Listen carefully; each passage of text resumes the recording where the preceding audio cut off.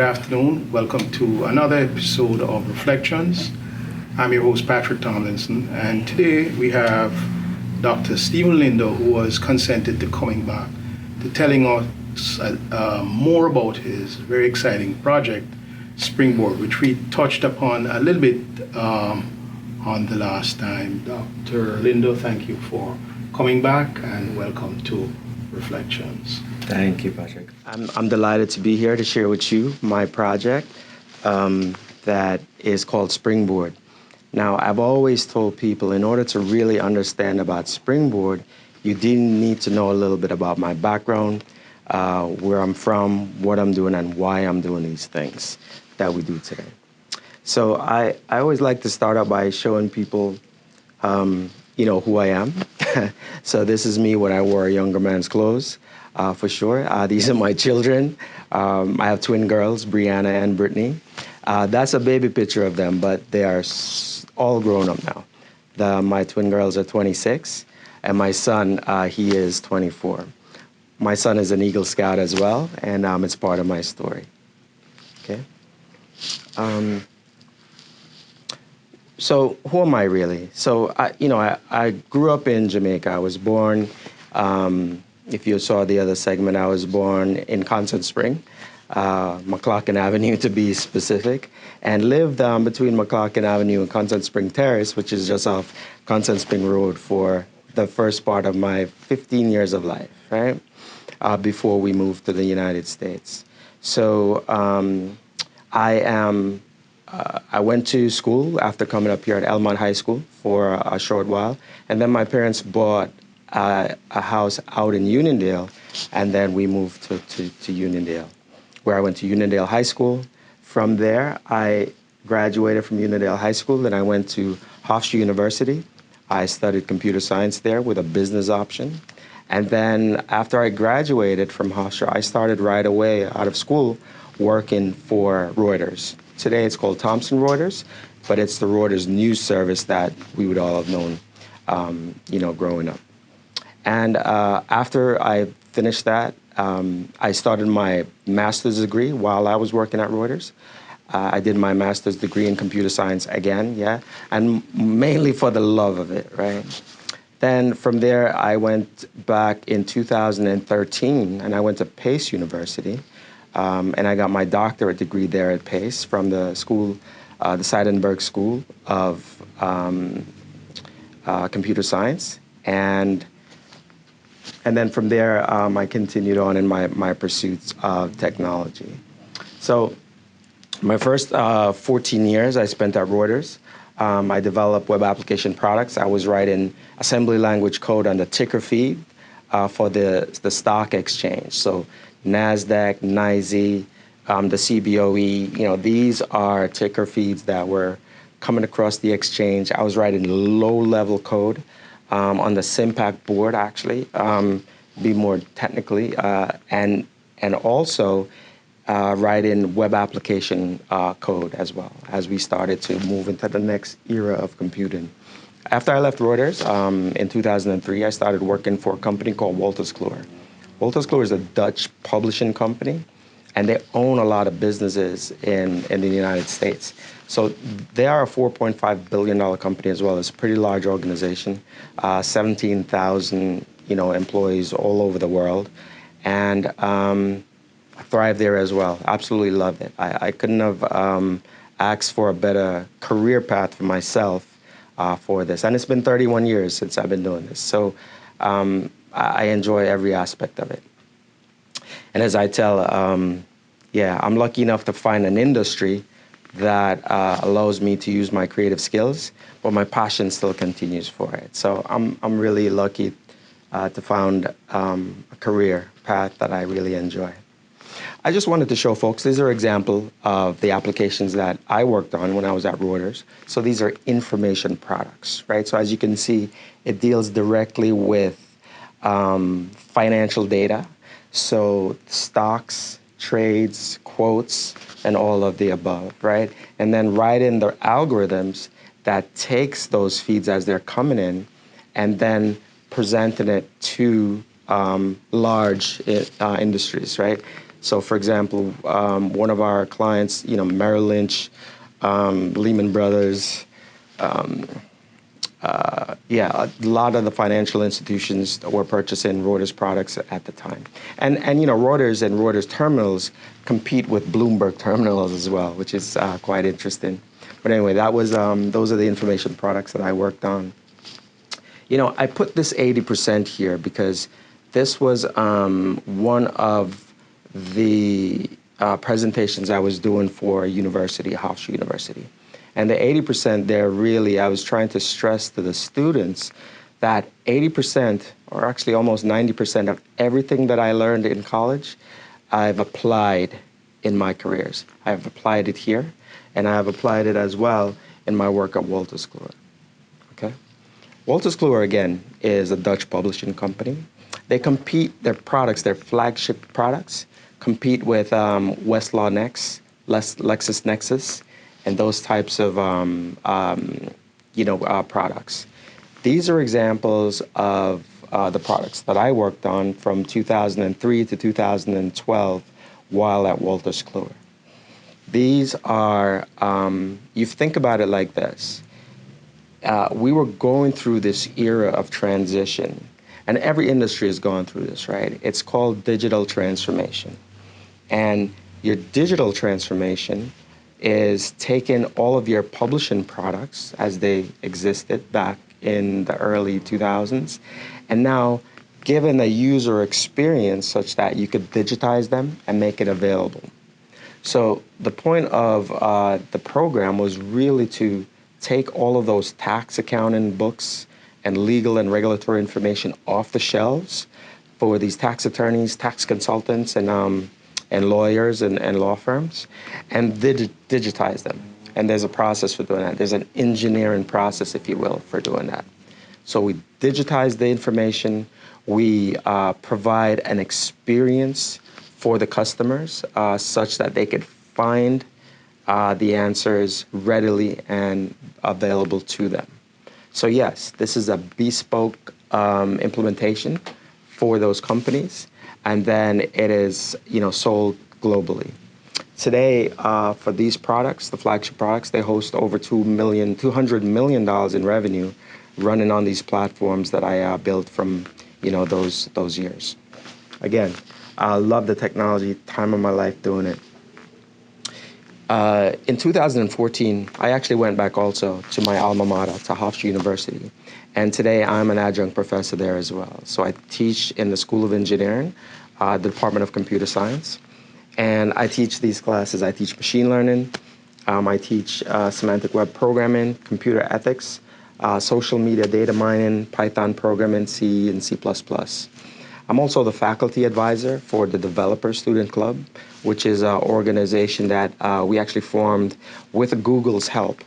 And we have a nice set of cohorts that's working in our DSC today.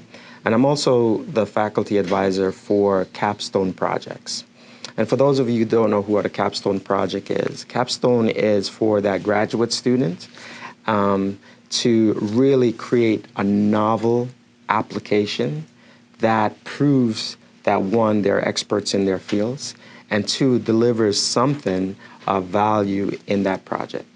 So my approach, again, with Capstone Projects is always around the application of it, okay? So yeah, so that's, and if that's not enough, I still have research interests. I think big data and data analytics are still developing. I think the area is still huge. Artificial intelligence and data mining, they go together, in my opinion. Recommendation systems, when you think about data science and data analytics today, right? Recommendations are actually the key. So follow me, if you will, right? If you have descriptive analytics, that's usually the bottom layer for all of the data that you might collect. But descriptive analytics are things that have happened in the past, right? So you get in your sales report, you're getting your search results list, you get in your purchases, you get in your all that information that you need. Then you're going to use that information now to predict, right? So descriptive analytics, then your predictive analytics is layered on top of that. So this is where machine learning comes in. When you think of machine learning, the main purpose of it really is to allow algorithms to predict an outcome, right? Then after you have that predictive analytics, from descriptive, predictive, the next stage really is to have prescriptive analytics. And when you prescribe something, it means that you're actually recommending something to someone. And obviously, you'll see a lot of these commercial implementations today, right? So when you think of Amazon, when you think of Netflix, when you think of any e-commerce site that exists today, right? When you think of even news industry, New York Times, Washington Post, they're all providing recommendations, and they're following this model from descriptive to predictive, right? And then to a prescriptive model where they're now recommending things to you. And it's rooted in computer science. So that's I think that's a wonderful area that's going to continue developing as well. And then cognitive computing, semantic web, they kind of go together. And I think quantum computing is important to keep an eye on. Anytime I see Google invest tens of $millions into an area, I think it's worth that everybody should start paying attention to what they're doing.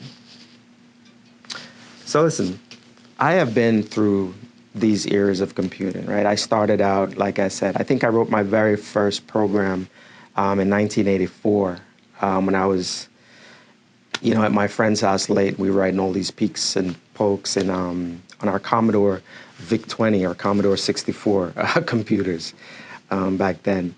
And, I've watched us go from this mainframe era, large computers in rooms, to the desktop era where things became more readily available for folks that have desktop computers.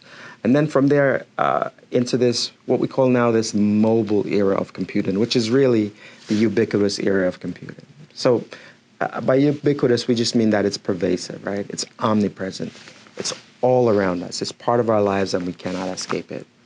And then as we drift into the next era, which we've already started to, it's around cognitive computing, right? This is where you have devices like Siri, or you have Google Home, and the interaction that's taken place around it.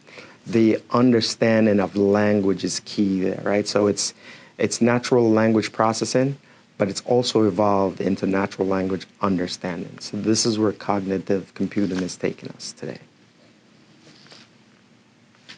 When you think about Springboard as well, right, you have to keep some of this information in mind, as it's important to what has driven myself and my partners to actually create Springboard. And I always love to show this chart. This is from the U.S. Census data, and it shows that back in 1980s, with the field where it was, where you had very limited set of opportunities to be. You could either be a computer programmer, you could be a hardware technician, and really that's pretty much it, right? Where we are today in 2000, the data shows here for 2014, but 2018 and 20 and going forward, the industry is dramatically increased. So not only do you have opportunities to be coders or programmers or software engineers, you have an opportunity to be a specialist in cybersecurity. You could be a specialist in data mining, right? You could be a specialist in UX or UI design and development, where you don't need core programming and coding knowledge or a degree in it to really move forward. Especially around some of these other areas. You need business analysts that understand computing, right, for product development. You need project managers that understand a little bit about technology, because if you're going to service that area, you have to know something about that. That's like having a project manager for a construction project that knows nothing about construction. You should avoid that, right? So you have to know a little bit about technology to now be a technical product manager. And then as you grow into being like a product manager, when we think of these products today, these electronic products, it's essential that you have a background in technology. It's essential that you understand how it works to a point so that you could communicate with confidence to your engineering staff, to your developers, to your networking people, and you get a full feel of understanding for it. So that's why this diagram is so important. The wealth of capabilities is out there, and it will just continue to grow. Now, this slide is a slide that I always like to show to parents.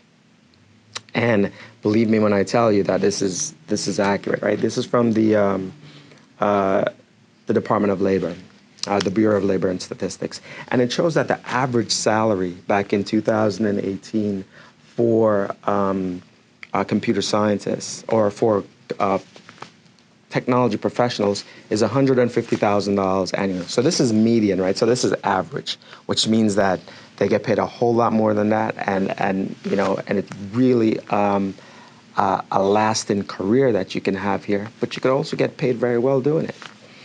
Now, when you consider the fact that the growth in the industry is happening, and you consider the fact that there are these types of salaries available out there, why shouldn't our children benefit from this? Why shouldn't our community benefit from this? Why shouldn't our diaspora also benefit from this? So this really, leading up to it was the foundation for what started the conversation with myself and my partner about creating Springboard Incubators. I'm New York City Health Commissioner Oxidis Barbeau. As the city's doctor, I have an urgent plea on behalf of all New Yorkers. Stay home. When you go out, you risk contracting or spreading coronavirus to others. You put others at risk of serious illness and even death. When you do have to go out for essentials like groceries or medicine, try to keep at least 6 feet between yourself and others. By staying home, you save lives. So when you think of Springboard, we think of it as our responsibility and our obligation for being in the industry for 31 years, for understanding the change that we've seen over the past 30 years for this field and the growth and the opportunity that exists out there. So why not be that change agent? And that's what Springboard is about, right? We are a 501c3 organization. We are located in the village of Hempstead, and we provide technology, education, and opportunity. And we package them together as we march forward in our mission, here at Springboard. So we want to be seen as the best technology hub on Long Island. We also want to be that coding academy of choice. And we have a very special way that we deal with it, and I'll show you some of those later on. My business partners are here with me, and we have these quotes that we put together for ourselves, and some of it really is close to us and close to our hearts, right? So when we talk about taking a personal interest in everyone's success, it's really important when you're dealing with children to make sure you have that level of genuine care for their success, and it will show. And believe you me, children know when you're not being genuine, right? So you can't do things just for, whatever other reasons it might be. People might say that altruism or true altruism doesn't exist, but you have to approach it in that sense. It has to be at that level of authenticity in order for it to take hold. The second thing is, why not go into the communities of color, the underserved communities, the forgotten communities?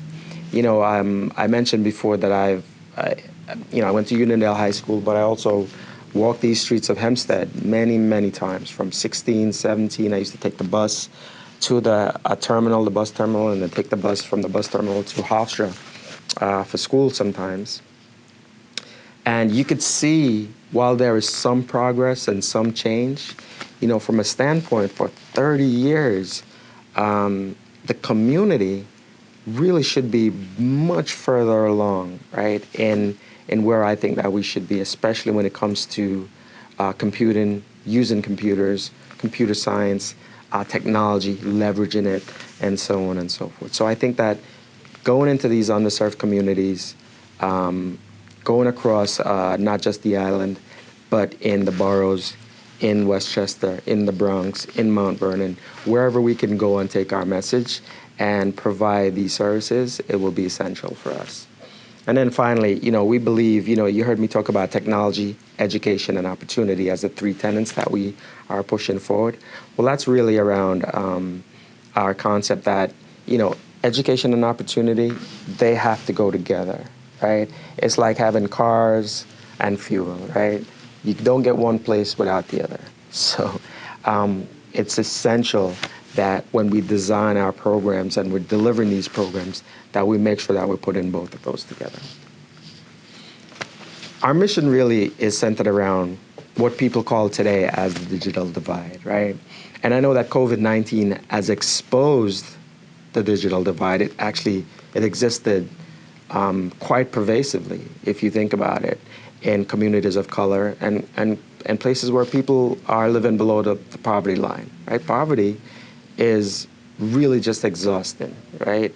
And when it comes to a crisis like COVID-19 and a pandemic, it just exposes and exacerbates all the other issues surrounding poverty.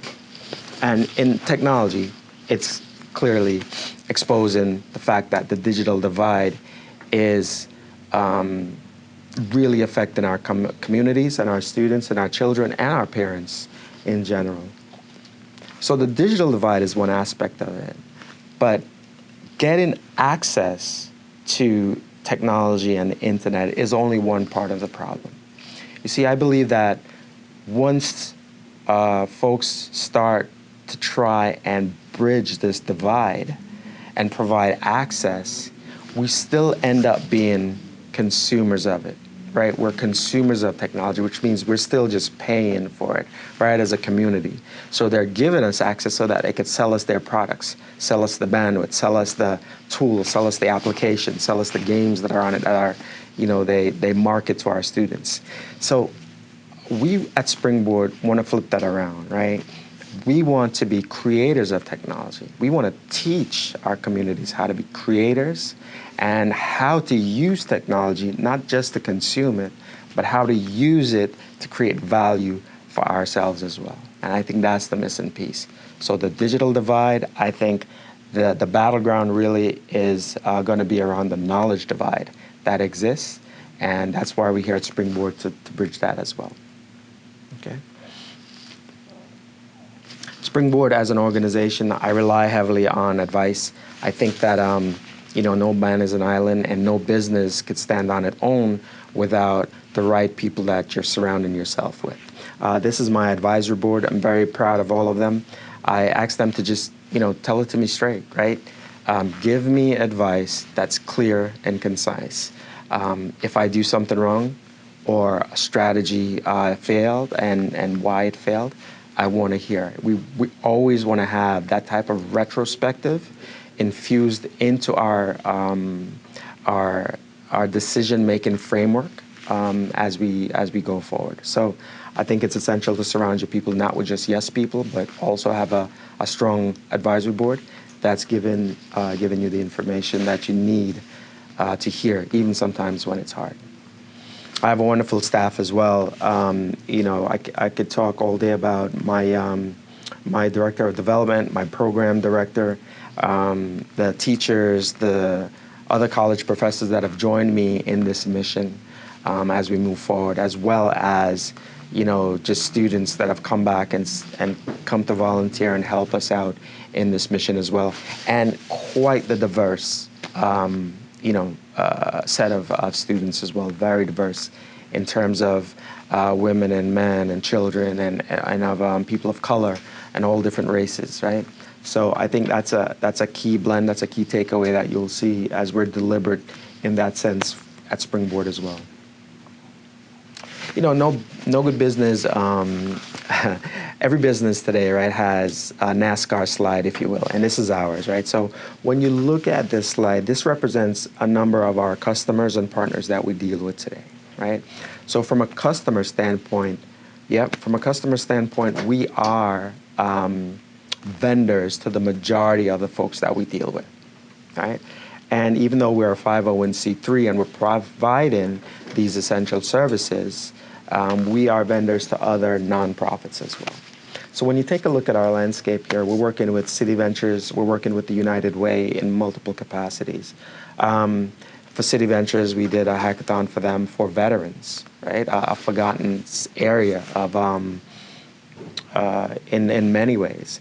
So this was a great opportunity to teach veterans some of the things that we've learned over the years. And I think they're some of the most creative, hands-on people that you'll ever find. United Way, we also work with at-risk youth, right? So they're youths from the 18 to 24 in their youth build program. We bring them up and we actually have a method for teaching them digital literacy. That's more hands-on, touch and feel, not your typical digital literacy where you're sitting down and you're talking about Microsoft Word or Microsoft Excel. No, we take a much different approach to it than that. And the students, when they walk out of here, computer literacy and digital literacy around safety, around the internet, about how these things actually work, it's really, you could see the light bulb going off over their heads saying, now I understand how this stuff really works. We're proud of the Nesbitt Junior folks that we work with. We actually work with an organization called Links Incorporated, and I'll show you some information on there as well to establish a Nesbitt Junior chapter on Long Island just for girls. As a matter of fact, it was the very first Nesbitt Junior chapter just for girls on Long Island. Yeah, big up to the Links Incorporated for that.